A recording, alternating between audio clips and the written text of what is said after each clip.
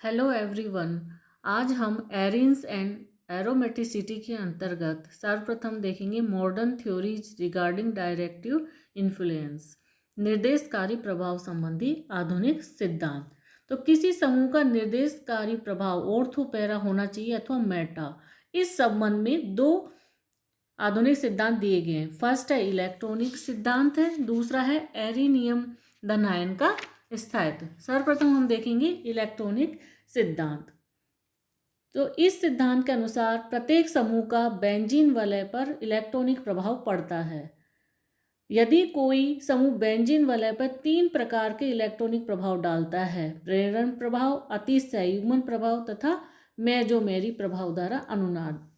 किसी भी प्रकार के अनुनाद से यदि ऑर्थो पैरा स्थितियों पर आंशिक ऋणावेश आता है तो वह समूह ऑर्थो पैरा निर्देशकारी होता है, और यदि अनुनाद द्वारा ऑर्थो पैरा स्थितियों पर क्या आता है, धनावेश, तो वह कौन सा निर्देशकारी होता है, मेटा निर्देशकारी। तो इन प्रभावों का वर्णन करते समय हमने समूह के निर्देशकारी प्रभाव को प्रीवियस लेक्चर में डिस्कस किया था। सेकेंड हम देखेंगे एरिनियम धनायन का स्थायित्व, stability of arenium cation. Electrophilic substitution की क्रियाविधि में हम देख चुके हैं कि किसी एरोमेटिक अणु पर जब किसी इलेक्ट्रोफाइल की अभिक्रिया होती है तो पहले क्या बनता है, एरिनियम धनायन या व्हीलैंड मध्यवर्ती बनता है, जो कि एक प्रोटॉन त्याग कर प्रतिस्थापन उत्पाद बनाता है। वह अभिक्रिया सफलतापूर्वक संपन्न होती है जिसमें एक स्थायी मध्यवर्ती बनता है। माना कि एक मोनो प्रतिस्थापी बेंजीन C6H5Y में एक नया इलेक्ट्रोफिलिक समूह A प्रवेशित कराया जाता है तो 3 प्रकार के द्विप्रतिस्थापी C6H5AY के बनने की संभावना है, ऑर्थो, मेटा और पैरा। तीनों स्थितियों में जो मध्यवर्ती एरायन धनायन बनेगा उसका स्थायित्व हम पहले देखते हैं कि जो आयन अधिक स्थायी होगा उसके ही बनने की ज़्यादा संभावना होती है। जैसे हम देखें ऑर्थो स्थिति पे प्रतिस्थापन करवाएं, ये वाला बॉन्ड यहाँ टूटेगा तो यहाँ माइनस चार्ज आएगा और यहाँ कौन अटैक करेगा, इलेक्ट्रोफाइल। ये इलेक्ट्रोफाइल यहाँ अटैच हो जाता है, फिर क्या होगा, ये वाला बॉन्ड यहाँ शिफ्ट होगा तो यहाँ पर क्या हो जाएगा, बंद बन जाएगा, यहाँ प्लस चार्ज, फिर ये वाला यहाँ बंद बनाएगा तो यहाँ प्लस चार्ज आ जाएगा। इस प्रकार से 3 अनुनादी संरचनाएं बनती है ऑर्थो प्रतिस्थापन पे। इसी प्रकार यदि हम देखें मेटा पे तो ये वाला बॉन्ड यहाँ टूटेगा तो यहाँ पर इलेक्ट्रोफाइल अटैच हो जाएगा, यहाँ प्लस चार्ज आएगा, ये वाला बॉन्ड यहाँ शिफ्ट होगा, यहाँ प्लस चार्ज आएगा, ये वाला बॉन्ड यहाँ शिफ्ट होगा, यहाँ प्लस चार्ज। तो मेटा इस प्रतिस्थापन पे ये 4, 5, 6 वाली अनुनादी संरचनाएं बनती हैं। पैरा स्थिति पर प्रतिस्थापन करवाएं इलेक्ट्रोफाइल का तो ये वाला बॉन्ड यहाँ टूटेगा तो यहाँ पर ऋणावेश आएगा और यहाँ इलेक्ट्रोफाइल जुड़ जाएगा, यहाँ प्लस आवेश है, अनुनाद द्वारा ये बॉन्ड यहाँ टूटेगा, यहाँ के बंद के इलेक्ट्रॉन यहाँ शिफ्ट होंगे और यहाँ प्लस चार्ज आएगा। नेक्स्ट ये वाला बंद यहाँ शिफ्ट होगा तो यहाँ प्लस चार्ज आएगा। इस प्रकार से 7, 8 और 9 वाली अनुनादी संरचनाएं पैरा स्थिति पर प्रतिस्थापन होने पर बनती है। अब हम देखें कि यदि Y समूह प्लस I प्रभाव वाला हो जैसे कि मैथिल समूह हो तो, अथवा प्लस M प्रभाव वाला हो जैसे कि OS समूह हो, तो जो अपनी 3 नंबर की है संरचना वह 8 नंबर की जो संरचना है उसमें एरिनियम आयन का धनावेश Y इलेक्ट्रॉन के देने की प्रवृत्ति के कारण क्या हो जाता है, यहाँ पर उदासीन होने लगता है। फलस्वरूप इनका क्या हो जाता है, स्थायीकरण हो जाता है। ऐसा स्थायीकरण प्रभाव हम 5, 4, 5 और 6 संरचना में नहीं होता क्योंकि यहाँ पर ऐसा नहीं है। अतः हम कह सकते हैं कि यदि कोई प्रतिस्थापी समूह क्या हो, इलेक्ट्रॉन देने वाला हो तो ऑर्थो एवं पैरा द्विप्रतिस्थापी एरिनियम आयन अधिक स्थायी होगा। इस कारण ऐसे समूह क्या होते हैं, ऑर्थो और पैरा निर्देशकारी होते हैं। इसके विपरीत यदि प्रतिस्थापी समूह Y बेंजीन वाले पे क्या डाले, -I प्रभाव डालने वाला हो, जैसे NR3+ है, अथवा -M प्रभाव से इलेक्ट्रॉन खींचने वाला हो जैसे NO2 है, ऐसी स्थिति में क्या होगा, जो 3 नंबर की संरचना है और 8 नंबर की जो संरचना है वो क्या हो जाएगी, अस्थायी हो जाएगी, क्योंकि इनमें Y क्या है, इलेक्ट्रॉन खींचने वाला समूह एक धनावेशित कार्बन परमाणु पे जुड़ा होगा। इस कारण से ये संरचनाएं क्या होगी, अस्थायी होंगी, जबकि संरचना 4, 5 और 6 में ऐसी कोई अस्थायी संरचना नहीं बनेगी। अतः आने वाला इलेक्ट्रोफाइल मेटा स्थिति पर ही आएगा। दूसरे शब्दों में हम कह सकते हैं कि यदि बेंजीन वलय पर कोई इलेक्ट्रॉन खींचने वाला समूह जुड़ा हुआ हो तो वो कैसा होगा, मेटा निर्देशकारी होता है। अब यदि बेंजीन वलय में 2 प्रतिस्थापी समूह पहले से ही विद्यमान हो तो आने वाला इलेक्ट्रोफाइल उस स्थिति पर जुड़ेगा जो अधिक प्रभावी निर्देशकारी समूह की दिशा में होगा।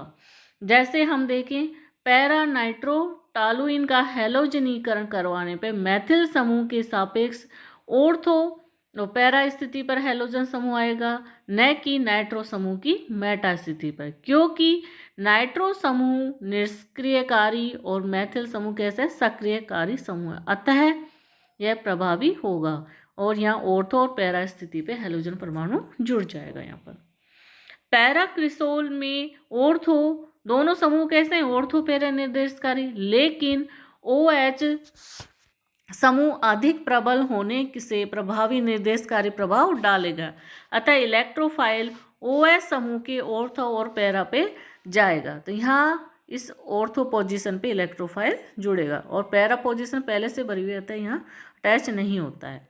तो कुछ ऑर्थो पैरा निर्देशकारी समूहों की घटती हुई सक्रियता का क्रम ये है, सबसे अधिक है NH2-, उससे कम है OH, फिर OR, उससे कम NHCOR, फिर फेनिल, फिर क्लोराइड, ब्रोमाइड, आयोडाइड और CH3। तो ये ऑर्थो पैरा निर्देशकारी समूह की घटती हुई सक्रियता का क्रम है। अब हम देखेंगे द्विप्रतिस्थापी व्युत्पन्नों का अभिविन्यास ज्ञात करना, determination of orientation of disubstituted derivatives. तो किसी द्विप्रतिस्थापी यौगिक ऑर्थो समावयवी है अथवा मेटा या पैरा, इसे हम उस यौगिक का अभिविन्यास कहते हैं। किसी समावयवी के अभिविन्यास को ज्ञात करने की कई विधियां हैं। फर्स्ट है कॉर्नर की निरपेक्ष विधि। इस विधि के अनुसार किसी द्विप्रतिस्थापी यौगिक में एक और प्रतिस्थापी समूह प्रवेशित कराया जाए तो इस प्रकार की प्रक्रिया में ऑर्थो यौगिक 2 और मेटा यौगिक 3 व पैरा केवल एक त्रिप्रतिस्थापी व्युत्पन्न बनाता है। जैसे ये ऑर्थो व्युत्पन्न है, NO2+ इसमें प्रवेशित कराया जाए तो एक तो ये मेटा पोजीशन पे जुड़ेगा इस वाले की, और पैरा। यदि ये मेटा व्युत्पन्न है तो NO2+ यहाँ ऑर्थो और पैरा पे जुड़ेगा और ये मेटा पे भी। इसी प्रकार से पैरा पोजीशन पे जुड़े हुए हों तो ये NO2 ऑर्थो व्युत्पन्न पे जुड़ने की संभावना है। तो इस विधि में कई कठिनाइयाँ हैं, जैसे विभिन्न प्रतिस्थापी समावयवों को पृथक करने के उनकी पहचान करना अपने आप में ही एक कठिन कार्य है। फिर कभी कोई समावयव मान लो इतनी कम मात्रा में बने कि पृथक करते हुए वह बच निकले और हम उसे प्राप्त ही न कर पाए। तो इन समस्याओं को दूर करने के लिए कॉर्नर विधि के विपरीत विधि का प्रयोग किया जाता है। इसमें हम क्या करते हैं कि विभिन्न त्रिप्रतिस्थापी यौगिकों के एक प्रतिस्थापी समूह को हटाकर द्विप्रतिस्थापी यौगिक बना लेते हैं और फिर यह ज्ञात करते हैं कि कितने त्रिप्रतिस्थापी समान उत्पाद बना रहे हैं। यदि 3 त्रिप्रतिस्थापी यौगिकों में से एक द्विप्रतिस्थापी यौगिक बन रहा हो तो वह मेटा प्रतिस्थापी होगा। इसी प्रकार 2 त्रिप्रतिस्थापी समूहों से यदि एक व्युत्पन्न बन रहा हो तो वो ऑर्थो होगा और एक त्रिप्रतिस्थापी से एक व्युत्पन्न बन रहा हो तो वह पैरा यौगिक होगा। इसे हम निम्न प्रकार से स्पष्ट कर सकते हैं। जैसे हम यहाँ देखें, ये है त्रिप्रतिस्थापी यौगिक, 3 समावित अब इसका हम क्या करवाएं, विकार्बोक्सिलीकरण, जिसमें क्या होगा, CO2 निकल जाएगी। तो यहाँ से CO2 निकल जाएगी तो मेटाफेनिलीन डाइएमीन प्राप्त होता है। या फिर 2 त्रिप्रतिस्थापी व्युत्पन्न हो 1 और 2, जिसमें कि ये दोनों NH2 यहाँ और COH मेटा पे और पैरा पे हो, तो यहाँ से CO2 निकले तो यहाँ ऑर्थोफेनिलीन डाइएमीन बनती है, और अगर यहाँ से होगा तो यहाँ क्या बनती है, पैराफेनिलीन डाइएमीन। तो इस आधार पे हम पता लगा सकते हैं कि ये ऑर्थो है या पैरा है या मेटा है। अब सेकंड विधि हम देखेंगे आपेक्षिक विधि। तो इस विधि में जिस अज्ञात यौगिक का अभिविन्यास ज्ञात करना हो उसे या तो किसी ज्ञात अभिविन्यास वाले यौगिक से प्राप्त कर लिया जाता है अथवा उसे किसी ज्ञात अभिविन्यास वाले यौगिक में हम परिवर्तित कर देते हैं। जैसे विभिन्न जाइलिनों का अभिविन्यास निम्न प्रकार से हम ज्ञात कर सकते हैं। एक जाइलिन जिसका बॉइलिंग पॉइंट कितना 142 डिग्री सेंटीग्रेड KMnO4 के साथ ऑक्सीकरण कराने पर थैलिक अम्ल बनाती है जो कि गर्म करने पर एनाहाइड्राइड में परिवर्तित हो जाता है।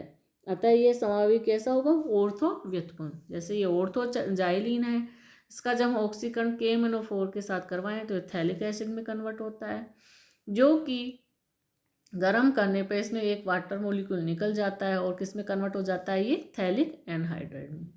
तो उपयुक्त अभिक्रिया में हमने अज्ञात अभिविन्यास वाले यौगिक जाइलिन को एक ज्ञात अभिविन्यास वाले यौगिक थैलिक अम्ल में परिवर्तित किया। जाइलिन के एक अन्य समावयवी को मैसिटिलीन से बनाया जा सकता है जिसका कि अभिविन्यास ज्ञात है। मैसिटिलीन को ऑक्सीकृत करके विकार्बोक्सिलीकृत करने पर जो जाइलिन बनती है उसका अभिविन्यास कैसा होता है? मेटा। ये है मैसिटिलीन। इसका जब हम ऑक्सीकरण करेंगे तो ये किस में कन्वर्ट होगा? मैसिटिलीनिक एसिड। फिर हम इसको गर्म करेंगे तो यहाँ से CO2 निकल जाएगी और किस में कन्वर्ट हो जाएगा? ये मेटा जाइलिन। तो इस प्रकार से मेटा व्युत्पन्न को हम पृथक कर लेते हैं। तो तीसरा बचा हुआ व्युत्पन्न क्या होगा? पैरा होगा। थर्ड मेथड है बाय केमिकल रिएक्शन या रासायनिक क्रियाओं द्वारा। तो कुछ यौगिकों का अभिविन्यास उनकी रासायनिक अभिक्रियाओं द्वारा ज्ञात किया जा सकता है। कुछ अभिक्रियाएं ऐसी होती हैं जो केवल ऑर्थो व्युत्पन्न से ही संपन्न होती है, मेटा अथवा पैरा से नहीं। उदाहरणार्थ केवल थैलिक अम्ल ही एनाहाइड्राइड बनाता है, आइसोथैलिक व टरथैलिक नहीं बनाते। तो इस प्रकार से ऑर्थोडाइएमीन ही 1,2 कार्बोनिल यौगिकों के साथ चक्रीय क्विनोक्सेलीन बनाते हैं और मेटा तथा पैराडाइमीन नहीं बनाते। जैसे ये ऑर्थोडाइएमीन है, ये इससे क्रिया करेंगे तो किस में कन्वर्ट हो जाएंगे? क्विनोलोक्सिन में। ये क्या है? 1,2 कार्बोनिल यौगिकों के साथ क्रिया करके किस में कन्वर्ट हो रहे हैं? क्विनोक्सेलीन में। नेक्स्ट मेथड है द्विध्रुव आघूर्ण द्वारा बाय डाइपोल मूवमेंट्स। तो यदि बेंजीन वलय से जुड़े दोनों प्रतिस्थापी समान हो तो तीनों प्रकार के समावयवों के द्विध्रुव आघूर्ण के मान ऑर्थो, मेटा व पैरा के घटते हुए क्रम में होंगे। इसमें पैरा व्युत्पन्न का द्विध्रुव आघूर्ण तो सदैव ही शून्य होता है। उदाहरण के लिए डाइक्लोरोबेंजीन के तीनों समावयवों के म्यू के मान निम्न होते हैं। ये है ऑर्थो डाइक्लोरोबेंजीन, यहाँ म्यू का मान कितना होता है? 2.8 डिवाइड। मेटा डाइक्लोरोबेंजीन का म्यू का मान होता है 1.48 डिवाइड और पैरा डाइक्लोरोबेंजीन कितना होता है? 0। नेक्स्ट मेथड है OIR स्पेक्ट्रोस्कोपी द्वारा। तो विभिन्न समावयवों के IR स्पेक्ट्रा CH की तल के बाहर की बैंड भिन्न भिन्न क्षेत्र में देते हैं। ऑर्थो, मेटा, पैरा समावयवों के मान निम्न प्रकार। जैसे ऑर्थो व्युत्पन्न है तो इसका मान IR स्पेक्ट्रोस्कोपी में कितना आता है? 770 से 735 सेंटीमीटर इनवर्स। मेटा व्युत्पन्न में 2 आते हैं, 800 से 750 सेंटीमीटर इनवर्स और दूसरा आता है 725 से 680 सेंटीमीटर इनवर्स। पैरा व्युत्पन्न में इसका मान आता है 840 से 810 सेंटीमीटर इनवर्स। तो इस प्रकार से हम इन विभिन्न मेथड्स के द्वारा हम क्या ज्ञात करते हैं? इनकी कि ये ऑर्थो है या मेटा है या पैरा। नेक्स्ट हम देखेंगे ऑर्थो पैरा अनुपात। तो यदि सामान्य निर्देशकारी नियमों का पालन करते हुए किसी एरोमेटिक यौगिक की इलेक्ट्रोफिलिक प्रतिस्थापन अभिक्रिया हो रही हो तो मेटा उत्पाद अथवा ऑर्थो पैरा उत्पादों का मिश्रण बनना चाहिए। किसी मोनो प्रतिस्थापी बेंजीन में 2 ऑर्थो 1 पैरा स्थिति होती है, अतः सामान्य अवस्था में ऑर्थो पैरा मिश्रण में दोनों समावयवों के अनुपात ऑर्थो पैरा का मान क्या होना चाहिए? 2:1 होना चाहिए। लेकिन वास्तव में ऐसा नहीं होता। वास्तव में ऑर्थो पैरा का मान सामान्यतः 2 से कम होता है। किसी अभिक्रिया में ऑर्थो पैरा अनुपात किन कारकों पर निर्भर करता है? वो हैं प्रतिस्थापी समूह का +I प्रभाव या +M प्रभाव द्वारा इलेक्ट्रॉनिक प्रभाव। सेकंड है प्रतिस्थापी समूह एवं आने वाले इलेक्ट्रोफाइल का आकार या त्रिविमीय प्रभाव। नेक्स्ट है विलायक के प्रभाव और है ताप का प्रभाव आदि। तो चूंकि प्रत्येक यौगिक में प्रत्येक कारक का अलग अलग प्रभाव पड़ता है, अतः प्रत्येक यौगिक में ऑर्थो पैरा अनुपात भी क्या होना चाहिए, भिन्न भिन्न होना चाहिए। यदि अन्य कारक समान हो तो एल्किल बेंजीन में मैथिल बेंजीन से तृतीयक ब्यूटिल बेंजीन तक आने में एल्किल समूह के आकार में क्या होती है, वृद्धि होती जा रही है, अर्थात स्टेरिक हिंड्रेंस बढ़ती जा रही है। फलतः इनमें ऑर्थो पैरा अनुपात घटते जाने चाहिए और वास्तव में ऐसा ही होता है कि एल्किन बेंजीनों में ऑर्थो पैरा अनुपात निम्न प्रकार से होता है। यहाँ पर है मैथिल, तो ऑर्थो पैरा अनुपात कितना है 1.57। यहाँ है एथिल, तो ये कितना कम हो जाता है 0.93 रह जाता है। आइसोप्रोपिल में 0.48 और टर्सरी ब्यूटिल में कितना हो जाएगा 0.22। तो यहाँ क्या हो रहा है, आकार बढ़ने से स्टेरिक हिंड्रेंस बढ़ जाता है, इस कारण से ऑर्थो पैरा अनुपात कम हो जाता है। कभी कभी किसी प्रतिस्थापी समूह में कोई ऐसा विषम परमाणु होता है जो रासायनिक अंतःक्रिया द्वारा ऑर्थो उत्पाद की असाधारण रूप से अधिक मात्रा बनाता है। जैसे यदि एनिसोल का नाइट्रीकरण एसिटिल नाइट्रेट के साथ करवाया जाए तो 71% तो ऑर्थो उत्पाद और 28% पैरा उत्पाद बनता है। इस अभिक्रिया में नाइट्रीकरण डाई नाइट्रोजन पेंटाऑक्साइड द्वारा होता है। जैसे ये एनिसोल है, जब हम इसका एसिटिल नाइट्रेट के प्रेजेंस में नाइट्रीकरण करवाएं तो क्या होगा, ये वाले इलेक्ट्रॉन से ये बंध बनाएगा और NO2 और ये इस प्रकार से बन जाएगा। फिर यहाँ प्लस चार्ज है तो ये वाला बॉन्ड यहाँ टूटेगा, तो यहाँ से ये NO2 यहाँ अटैच हो जाता है। नेक्स्ट स्टेप में क्या होगा, ये वाला बॉन्ड यहाँ आएगा, यहाँ डबल बॉन्ड आएगा, ये वाला बॉन्ड यहाँ से टूटेगा, तो यहाँ से क्या हो जाएगा NO3 निकल जाएगा। नेक्स्ट स्टेप में यहाँ से एक हाइड्रोजन निकलेगा और हमें क्या प्राप्त होगा, ऑर्थो नाइट्रो एनिसोल। तो इस प्रकार से 71% क्या बनता है ऑर्थो और 28% क्या बनता है इसमें पैरा व्युत्पन्न। Thank you.